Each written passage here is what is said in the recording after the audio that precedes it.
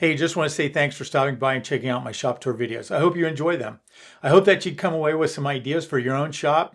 You know, not everybody's got a glamorous shop that is worthy of being published in Fine Woodworking's annual shops issue. And the reality is we often deal with small spaces and spaces that have to share with the car, or the boat, storage for the household. So I think that these shop tour videos could be really helpful for other people. I think that probably if you're watching, you might have some ideas and solutions, and I would love it if you share those in the comments below. So thanks for watching. Be sure to comment, and I hope you enjoy the video. Saw and do my cuts from there. Let's start again. Okay. And actually, this is pretty good. And then you're gonna love this because I got you, Panel, and Jimmy DeResta. Yes. My previous shop was a two-car garage, and it was, shared with this pantry and a half bath and the rest of the family, washer and dryer. This shop, it's 18 by 20 feet long. It really has been an upgrade for me. It would be nice to have another 200 or 300 square feet. Well, I don't have that. And so everything has to be mobile to be able to give me additional space. So some of the shop projects that I'm doing is a lot of doing projects for the property. And so I'm really not in the commercial or even the amateur marketplace at this time. I made some stools for our deck, and they're kind of like prototypes of something that maybe I would want to sell. We also redid a pantry door in our Airbnb, and I made a bench for behind the Airbnb. And there's other projects that are needing to be built for the property. The big issue I'm fighting right now is lumber storage and maximizing my space for that. And so everything is mobile, so I can pull things out into the center, the router table or my bandsaw or even the drill press if I needed to, so trying to maximize as much space. And then when I'm not needing those tools and I need to do assembly, I can push everything up against the wall. So this happens to be my miter saw station. And sometimes you just don't have time to to make your own cabinets. So I went to the Rebuilding Center in Portland and we bought this cabinet. It had just come in from somewhere, and it worked out great because it had this angle face on it. But then we were able to incorporate it into this whole miter saw station because I don't have the space to be able to just rip or cut 12-foot long boards or longer. At least here I'm able to set things up, and I can even stick outside the door and then run them through the miter saw and do my cuts from there and start breaking my material down. So after I break it down on my miter saw, and I do have an 8-foot on the left side as well, so I can at least cut up to 8 feet long pieces of lumber if I need to. Then from there I can take a shorter piece of board and I can bring it over here to my table saw and run it through and do any type of rip or dados or whatever else I need to do, and start cutting things down from there. And then if I need to, after that, I can pull my planer out and be able to run stock and run it out the door. And so I'm trying to utilize as much of the outdoor space as possible as well when I'm not able to accommodate it inside the shop. When I was living in California, I bought this rigid table saw. A lot was because of the lifetime warranty and so forth, and the cost point comparative to some of the other models that were out there. But it's gotten to a place where I've outgrown the table saw. I'm looking for a saw that has a more accurate fence than this one does.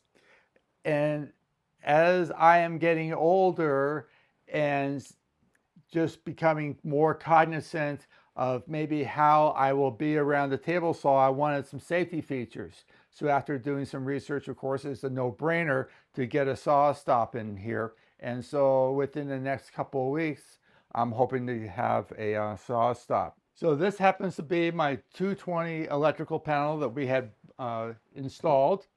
And as you notice, as I open this up, that it provides me a lot of expansion if I ever wanted to put any additional circuits in.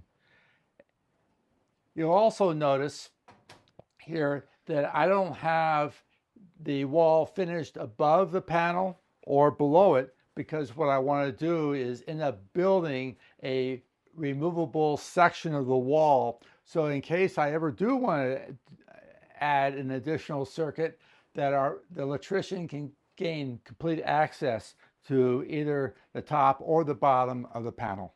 In the process of putting electrical into the shop, I did some research, and this is an electric heater.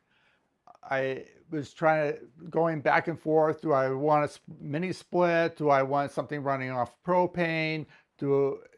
Anyway, I went with an electric heater because I thought, seeing that with the propane, it could add, or natural gas we don't have in the area, add additional moisture into the air. So this heater really heats up the shop fast, especially with the insulation that we have. It can be in the mid 40s in here during the winter time, and I'll turn the heater on within 10-15 minutes.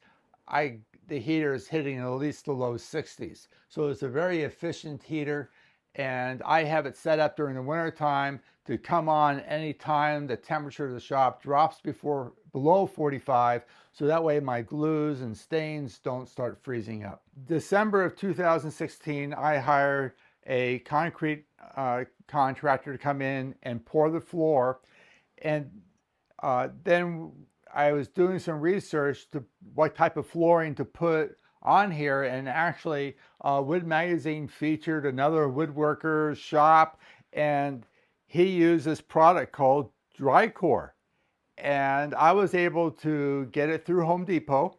It's a little plug, not sponsored, and they come in 16 by 16 inch flooring panels. They were all tongue and grooved. My wife and I came up in later on in 2017, and we installed all the flooring and refinished it. And what I liked about this product is that the top is 3/4 inch OSB. So I'm actually stepping on OSB and not having to stand on concrete all day. And under that is a plastic vapor that allows the concrete to breathe and not retain moisture in it. The lighting layout actually is really nice and even in here, but you have also a bank of windows. And what is the plan over here with this bank of windows? When we first acquired the property, there were no windows in here. My wife and I installed the windows. I built them out when it was still in framing. And we have a creek on the other side of the shop. And if I ever wanted to set up like a small workstation or even a desk, that I have something to look out to, plus it brings in some natural light from the outside, and I can take a glance away from what I'm working on and just look at the natural beauty that we have outside. So above the miter saw station, you'll see my lumber rack, and this was a Jay Bates idea that I took, and it has really worked well for my long stock that I have. But I was also fighting an issue with short stock and also sheet goods. So a little over 2 years ago, I was needing to find a solution for dimensional lumber as well as for sheet goods, dimensional lumber that were 8 feet and under, because everything longer would be on the lumber rack over the miter saw station. And so Bob Claggett had come out with a design for a mobile lumber cart, and I incorporated some of the J-Bates thing into it, maybe, or maybe with Bob's, and just using electrical EMT. I believe this is 1/2-inch EMT, and I just for my shelves, and it's really it has for a season worked out really well to hold my dimensional lumber, as well as being able to store some round stock and some other things in here, dowels, some reclaimed lumber, and some other things I have stored in here.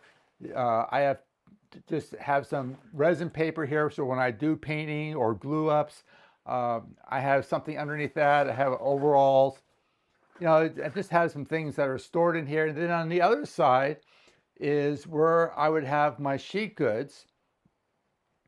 And that's where I started having an issue, because as you can see on the sheet goods side, that I would have to take everything off the cart to be able to get the full size sheets of plywood off, and then put everything back in and off. And I ended up storing the new sheets of plywood in front of the cart, which meant I couldn't get to any of the dimensional lumber.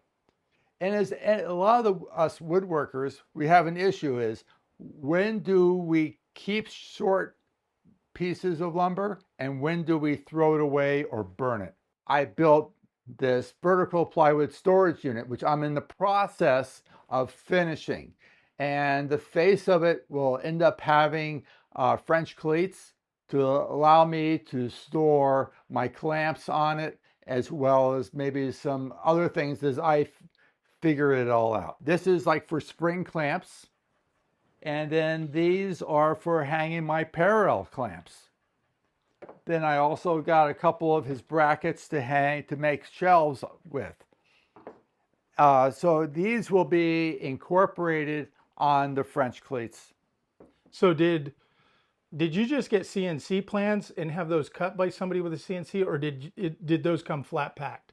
So these came flat packed from Chris. He has a whole CNC production system going on in his shop, and he cut these out using Baltic birch on his CNC, and then he flat packed these and sent them to me, and all I did was assemble them together. Oh, okay. It looked like a pretty slick system. So this is his clamping system, holder system for spring clamps. So you would just put on the spring clamps on here, as so, and then you can take it and put it on your French cleat wall, and it would just hang there, and that way you'd have all your spring clamps in one location. So where I'm transitioning to right now, and what some of my next steps are, is kind of like mentioned, this cart is going to be eliminated so I can get more floor space. Building out this French cleat wall, you know, it allowed me a place to put clamps on, as mentioned, but also to provide me a place. I've already started filling it up with sheet goods. You know, I have a section that's for full sheets, and anything longer than 48 inches. I have a cubby that's for all sheet goods that are about 48 inches, and then two smaller ones for even smaller sheet good products.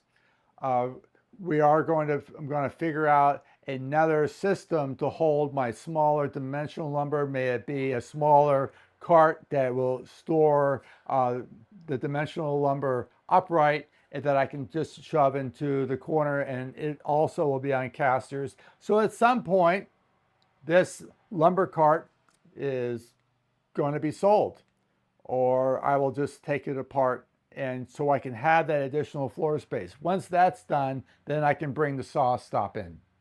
The other thing is I have several boxes of hardware. Who doesn't collect screws and nails and nuts and bolts and all of that? And so it's trying to just really organize this shop so I can be able to have easy access to different types of hardware.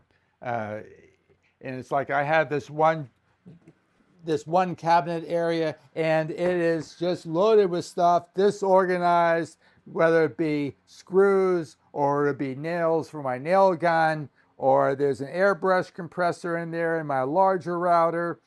You know, so just again, just organizing and making the most efficient use of the space that I have. May have to start over again. Okay. She's at my feet. She's a heavy breather too. She knows certain words. This is really, this location's amazing.